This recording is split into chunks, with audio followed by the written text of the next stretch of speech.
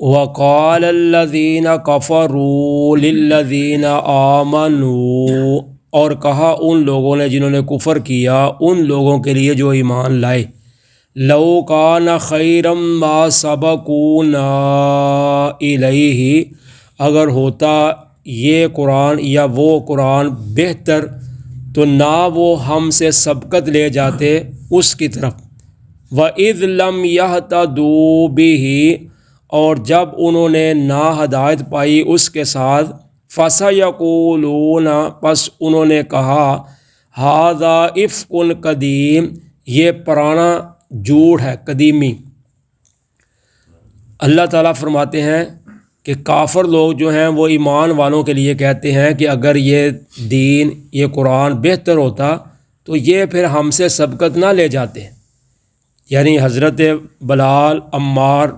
بن یاسر اور حضرت صہیب اور حضرت خباب بن ارت جیسے جو غریب مسلمان تھے وہ مسلمان ہو گئے، تو کفار کہنے لگے کہ اگر یہ دین بہتر ہوتا تو پھر یہ لوگ تو نہ ایمان لاتے، پھر ہم ایمان لاتے، کیونکہ ہم عزت والے لوگ ہیں، مال و دولت والے لوگ ہیں، سردار ہیں،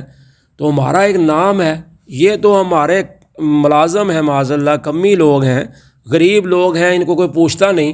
تو یہ اسلام لا چکے ہیں، دین قبول کر رہے ہیں، لہٰذا ہمیں پتہ چلتا ہے کہ یہ دین صحیح نہیں ہے، بہتر نہیں ہے، سچا نہیں ہے۔ اگر صحیح ہوتا تو اللہ ہمیں ہدایت دیتا، اللہ ہمیں اس کی طرح لگاتا، کیونکہ بہتر چیز کو بہتر ہی بندہ حاصل کر سکتا ہے۔ تو یہ تو ہو ہی نہیں سکتا کہ یہ دین بہتر ہو۔ اگر دین بہتر ہوتا تو یہ ہم سے سبقت نہ لے جاتے، ہم سے پہلے یہ نہ ایمان لاتے، ہم پہلے ایمان لاتے، کیونکہ ہم بڑے عزت والے ہیں، ہمارا مقام ہے، ایک ہمارے پاس پیسہ ہے، ہماری جائیدادیں ہیں، ہمارا ایک نام ہے، تو یہ لوگ غریب لوگ جو ایمان لے آئے ہیں تو اس لیے یہ بہتر نہیں ہے۔ حالانکہ وجہ کیا تھی؟ اللہ تعالیٰ فرماتے ہیں کہ وَإِذْ لَمْ يَهْتَدُوا بِهِ، کہ انہوں نے ہدایت ہی نہ پائی۔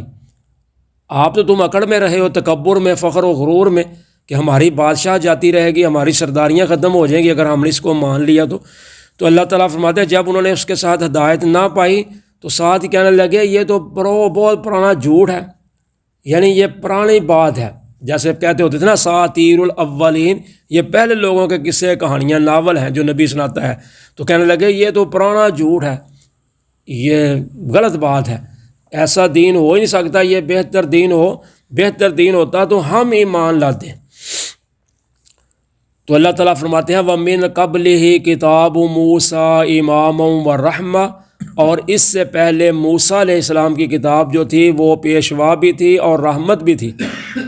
وَهَٰذَا كِتَابٌ مُصَدِّقٌ لِّسَانًا عَرَبِيًّا لِّيُنذِرَ الَّذِينَ ظَلَمُوا، اور یہ کتاب تصدیق کرنے والی ہے جس زبان ہے عربی،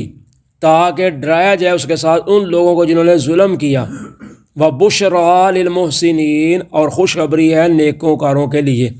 تو اللہ تعالیٰ فرماتے ہیں کہ اس سے پہلے ہم نے کتاب موسیٰ بھی دی تھی نا، بھیجی تھی، جو پیشوا بھی تھی اور رحمت بھی تھی،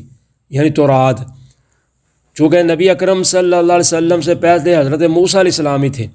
بعد میں حضرت عیسیٰ علیہ السلام آئے کچھ وقت کے لیے، لیکن اصل جو تھی وہ موسیٰ علیہ السلام کا ہی چلتا تھا زیادہ نظام تورات والا، کیونکہ بنو اسرائیلی تھے۔ تو اللہ تعالیٰ فرماتے ہیں کہ اگر یہ کہتے ہیں کہ یہ پرانا جھوٹ ہے، پرانی بات ہے، تو پھر کتاب موسیٰ بھی تو ان کے پاس آئی تھی نا، اس لیے انہوں نے پرانا جھوٹ کہا، کیونکہ کتاب موسیٰ میں بھی یہی باتیں لکھی ہوئی تھی کہ جو اچھا کام کرے گا اس کو اچھا بدلہ، جو برا کام کرے گا اس کو برا بدلہ ملے گا۔ تو چونکہ اس میں بھی یہ لکھا ہوا تھا تو اس لیے اللہ تعالیٰ فرماتے ہیں اس سے پہلے ہم نے کتاب موسیٰ بھی بھیج دی تھی جو ان کے لیے پیشوا اور رحمت تھی، لیکن انہوں نے اس سے بھی کوئی فائدہ نہیں اٹھایا۔ اگر یہ غلط ہے تو وہ اس کو مان لیتے، اس کو پڑھتے، تو لیکن نہیں، انہوں نے اس کو بھی نہیں مانا۔ تو اللہ تعالیٰ فرماتے ہیں یہ کتاب جو ہے، یعنی قرآن پاک جو ہے، یہ پہلی کتاب تورات کی تصدیق کرتی ہے، جو کچھ اس میں لکھا ہوا ہے اس کا یہ قرآن تصدیق کرتا ہے کہ وہ سچی کتاب تھی اور زبان عربی، تاکہ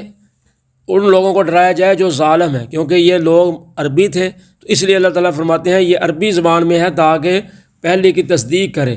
تو ان لوگوں کو ڈرائے جو ظالم ہیں، لیکن فرمایا خوشخبری ہے نیکوں کے لیے۔ تو جو ڈر گیا اس کے لیے پھر خوشخبری ہے، جو نہ ڈرا وہ ظالم رہے گا۔ ان الذین قالوا ربنا اللہ ثم استقاموا، بے شک وہ لوگ جنہوں نے کہا کہ ہمارا رب صرف اللہ ہے، پھر وہ اس پر قائم ہو گئے، انہوں نے اس پر استقامت اختیار کی، فلا خوف علیہم ولا هم یحزنون، نہیں ہوگا ان پر کوئی خوف اور نہ وہ غم کھائیں گے۔ تو اللہ تعالیٰ فرماتے ہیں نیکوکار لوگ کون ہیں؟ وہ لوگ ہیں جو کہتے ہیں کہ ہمارا رب صرف اللہ ہے، پھر اس پر قائم رہتے ہیں۔ تو یہ ایک ایسی بات ہے جس میں سارا دین ہی آ جاتا ہے۔ جیسے حدیث میں آتا ہے کہ ایک آدمی آیا کہنے لگا جی میں مسلمان ہونا چاہتا ہوں، تو مجھے کوئی ایسی بات بتائیں جس کی مجھے اس کے بعد پھر ضرورت نہ پڑے کسی اور سے پوچھنے کی، کوئی ایسا کام ایسی بات بتا دیں۔ تو آپ نے فرمایا تو کہہ آمنت باللہ ثم استقم، کہ میں اللہ پر ایمان لایا اور پھر اس پر استقامت اختیار کی۔ بس جب تو یہ کہہ دے گا تو اس میں سب کچھ آ جائے گا، کیونکہ اللہ کو اللہ مان کر پھر اس پہ قائم رہنا، تو اسی میں نماز روزہ حج زکوٰۃ پھر سارا کچھ اسی میں آئے گا، کیونکہ جو اللہ کہے گا پھر وہ کرنا پڑے گا۔ جب اللہ کو اللہ مان لیا تو اللہ ہی کہتا ہے نماز پڑھو، اللہ ہی کہتا ہے حج کرو، اللہ ہی کہتا ہے زکوٰۃ دو، تو اللہ ہی کہتا ہے جہاد کرو۔ تو گویا کہ اللہ کو جب اللہ مان لیا پھر اس پر استقامت، اللہ کی وحدانیت الوہیت کو جب اقرار کر لیا پھر غیر اس میں داخل نہیں ہو سکتا۔ تو اس لیے اللہ تعالیٰ فرماتے ہیں جنہوں نے یہ کہہ دیا ہمارا رب صرف اللہ ہے، پھر وہ اس پر قائم رہے۔ تو صحابہ کرام رضوان اللہ علیہ مجمعین کی تاریخ پڑھ کے دیکھیں کہ جب انہوں نے یہ کہا تو اسی کی وجہ سے ان کو تکلیفیں پہنچی تھیں، اور نبی اکرم صلی اللہ علیہ وسلم کو بھی یہی تھا مسئلہ کہ جب آپ کے چچا ابو لہب نے آپ کو پتھر مارا تھا تو اسی وجہ سے مارا تھا۔ سب سے پہلے جب آپ نے یہ کہا تھا کہ قولوا لا الہ الا اللہ، کہ تم کہو کہ لا الہ الا اللہ، تو ابو لہب جو آپ کا چچا تھا حقیقی، جس نے آپ کی پیدائش پر آپ کی ولادت پر لونڈی آزاد کی تھی کہ اللہ تعالیٰ نے مجھے بھتیجا دیا ہے اس خوشی میں، کیونکہ آپ کے باپ عبداللہ پہلے فوت ہو چکے تھے، تو اس کو آ کر لونڈی نے بتایا کہ اللہ نے آپ کو بھتیجا عطا کیا، تو اس نے اپنی اس لونڈی کو اس خوشی میں آزاد کر دیا۔ تو جب آپ بڑے ہوئے، آپ اللہ کا پیغام دینا چاہیا، تو پھر اسی نے سب سے پہلے اپنے بھتیجے کو پتھر مارا، تو نال کہنے لگا تبا لک سائر الیوم لہذا جماعتنا، تو اس لیے ہمیں ادھر جمع کیا کہ ہم اپنے معبودوں کو چھوڑ کر ایک معبود کی بات کریں۔ تو ہے کہ جس نے یہ لا الہ الا اللہ کہہ لیا پھر وہ اس پر قائم ہو گیا، جان جاتی ہے جائے، لیکن ایمان نہیں صحابہ نے جانے دیا۔ برادریاں بھی چلی گئیں، رشتہ دار بھی چلے گئے، بیٹیاں بیٹے بھی چلے گئے، لیکن انہوں نے ایمان نہیں چھوڑا۔ تو یہ ہے استقامت۔ تو اللہ تعالیٰ فرماتے ہیں جو ایسے لوگ ہیں ان پر کوئی خوف و خطرہ نہیں ہوگا، آنے والی آگے والی زندگی جو ہے، قبر کا جہان جو ہے، حشر کا میدان جو ہے، ادھر کوئی خوف نہیں ہوگا، اور پیچھے گزاری ہوئی زندگی دنیا والی جو ہے اس پر کوئی غم افسوس نہیں ہوگا کہ ہم کیسی زندگی گزار کر رہے ہیں، کیونکہ ان کو پتہ ہے کہ ہم نے اللہ اور اس کے رسول کے اطاعت میں گزاری زندگی ہے، اس لیے ان کو پریشان ہونے کی ضرورت ہی نہیں پڑے گی۔ تو دوسرے جو لوگ ہیں وہ ان کو ایک ایک دن ایک ایک گھڑی ان کو پتہ چلے گا کہ ہم نے کیا کیا، پھر کہیں گے یا لیتنی قدمت لحیاتی، ہائے افسوس کاش کہ میں اپنی زندگی کے لیے کچھ آگے بھیجا ہوتا۔ تو پھر کہیں گے ایک دفعہ ہمیں موقع مل جائے، ایک دفعہ ہمیں واپس بھیج دو، تو کہا جائے گا نہ، واپس والا سوال نہیں ہے، ادھر ہی اب رہنا ہے۔ ہم نے آپ کو مہلت دی تھی لیکن آپ نے مہلت سے فائدہ نہیں اٹھایا۔ اور ساتھ اللہ تعالیٰ یہ بھی فرماتے ہیں مجھے اپنی ذات کی قسم ہے کہ اگر میں ان کو واپس لٹا بھی دوں نا تو انہوں نے پھر یہی کام کرنے ہیں، جن کی فطرت ہی گندی ہے انہوں نے کام وہی کرنے ہیں اگر واپس آ بھی جائیں۔